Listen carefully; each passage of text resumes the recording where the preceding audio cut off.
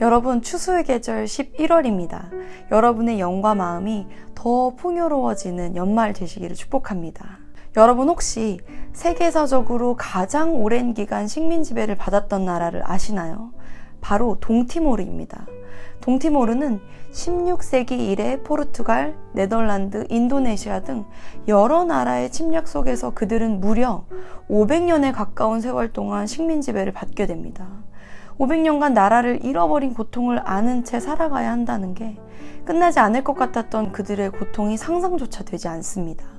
그런데 오늘 본문 요한계시록 17장도 음료에 대한 이야기를 하며 마지막 시대에 어둠의 권세, 세상 권세가 이 땅을 다스리고 하나님의 백성이 핍박을 당할 것을 말하고 있습니다. 그래서 12절은 이렇게 말합니다. 내가 보던 10뿔은 10왕인이 아직 나라를 얻지 못하였으나 다만 짐승과 더불어 임금처럼 한동안 권세를 받으리라. 우리의 삶도 마찬가지입니다. 우리가 예상하지 못했던 고난과 문제들이 찾아오곤 합니다. 그러나 우리의 힘으로 어떻게 해볼 수 없는 문제가 지속적으로 우리의 삶을 괴롭게 할 땐 그것이 끝나지 않을 것 같은 마음이 찾아옵니다. 그리고 우리의 영과 마음이 어느새 두려움과 무기력함에 사로잡혀 있는 것을 볼 수 있습니다. 과연 이 광야의 끝이 올까? 그런데 오늘 하나님이 본문을 통해 말씀하시는 복음의 중요한 포인트가 있습니다. 세상 권세로부터 고난과 시련을 당하게 될 것이지만 그것이 결코 영원하지 않은 일시적인 고난임을 이야기하고 있습니다. 10절을 한번 볼까요? 반드시 잠시 동안 머무르리라. 그리고 12절 또 이렇게 말합니다. 다만 짐승과 더불어 임금처럼 한동안 권세를 받으리라. 우리를 공격하고 시험하는 자들이 권세를 갖게 될 것이지만 그들의 권세가 한동안만 지속될 것을 이야기합니다. 그렇습니다. 우리가 받는 고난과 시험은 결국 지나갑니다. 카프간 부인의 광야의 샘이라는 글에 이런 이야기가 나옵니다. 나는 누에고치들을 관찰하고 있었다. 마침 여러 마리의 누에고치가 나비로 탈바꿈을 하는 중이었다. 너무도 작은 구멍을 통해 나오려고 애쓰는 그 모습을 보면서 나는 불가능하리라고 생각하고 있었다. 그런데 한 마리, 두 마리 그토록 작은 구멍을 통해 천신만고 애쓰더니 결국 빠져나와서 공중으로 훨훨 날아올랐다. 나는 마침 또 나오려고 애쓰는 고치를 발견하고 가위로 그 구멍을 넓게 잘라주었다. 그러면서 내가 하나님보다 더욱 사랑과 자비가 많다고 자족하면서 혼자 웃었다. 내가 넓게 열어준 구멍으로 나비는 쉽게 나왔으나 문제가 생겼다.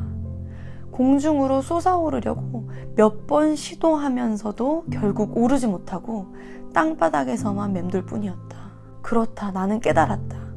작은 구멍에서 고통하며 힘쓰면서 나와야 그 몸의 영양분을 날개 끝까지 공급하게 되고 날개가 나올 때 심하게 마찰되면서 날아오를 만큼 강건해진다는 것을 알게 되었다.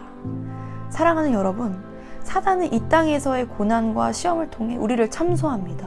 예수님 믿으면 뭐해? 이 고통과 고난은 절대 끝나지 않아. 이것도 버겁잖아. 그러니까 그냥 적당히 믿어. 적당히 해. 그러나 복음은 이 땅에서의 고난을 뭐라 말하고 있나요? 결코 영원한 고난이 아니다. 왜 그렇습니까? 이미 우리의 영원한 죽음, 참소로부터 영원히 자유케 하신 예수 그리스도께서 우리를 영원한 그분의 자녀 삼으셨기 때문입니다. 그래서 여러분이 지나고 있는 시간과 고난을 복음의 시선으로 보게 될 때 그것이 결코 영원하지 않음을 보게 될 것입니다.